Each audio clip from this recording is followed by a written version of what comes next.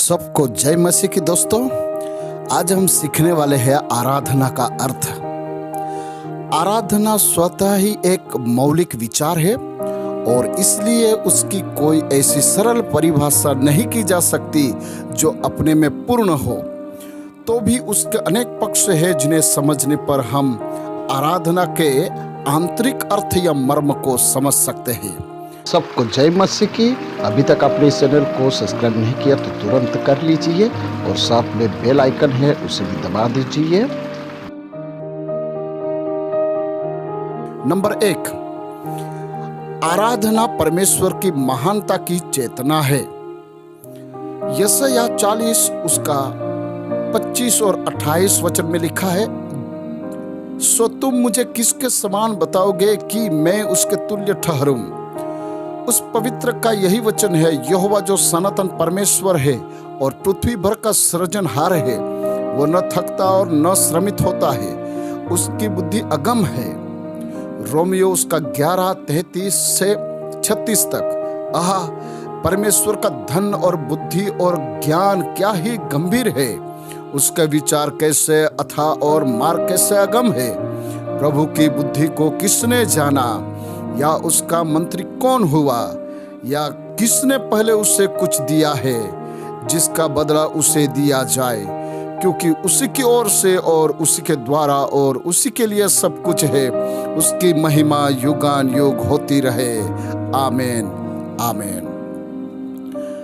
Number 2, आराधना परमेश्वर की स्तुति है और भजन संहिता 18 और 3 में लिखा है, परमेश्वर स्तुति के योग्य है।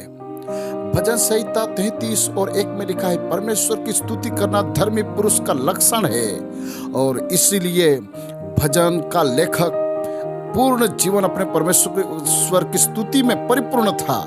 वो भजन संहिता 34 और 1 में कहता है, मैं हर समय यहोवा को धन्य कहा करूंगा, उसकी स्तुति निरंतर मेरे मुख से होती रहेगी। नंबर 3, आराधना परमेश्वर से व्यक्तिगत भेंट है और भजन लेखक जीवित परमेश्वर की संगति के लिए लालसा करता है और यह लालसा सच्ची आराधना के लिए आवश्यक प्रतिबंध है। भजन संहिता 27 और 4 और 8 में कहता है, वो एक वर मैंने यहोवा से मांगा है, उसी के यत्न में मैं लगा रहूंगा कि मैं जीवन भर यहोवा के भवन में रहने पाऊं, जिससे यहोवा की मनोहरता पर दृष्टि लगाई रहूं और उसके मंदिर में ध्यान किया करूं। तूने कहा है कि मेरे दर्शन के खोजी हो, इसलिए मेरा मन तुझसे कहता है कि हे यहोवा, तेरे दर्शन का मैं खोजी रहूंगा। भजन संहिता 42 और उसका 1 और 2 में भी कहता है, जैसे हिरणी नदी के जल के लिए हाँफती है, वैसे ही है परमेश्वर, मैं तेरे लिए हाँफता हूँ। जीवते परमेश्वर का मैं प्यासा हूँ, मैं कब जाकर परमेश्वर का अपना मुंह दिखाऊंगा। चौथी बात, आराधना बलिदान है। बलिदान है। इब्रानियों की किताब उसका 13 और 15 में लिखा है, इसलिए हम उसके अर्थात यीशु द्वारा स्तुति रूपी बलिदान अर्थात उन ओठों का फल जो उसके नाम को अंगीकार करते हैं, परमेश्वर के लिए सर्वदा चढ़ाया करे।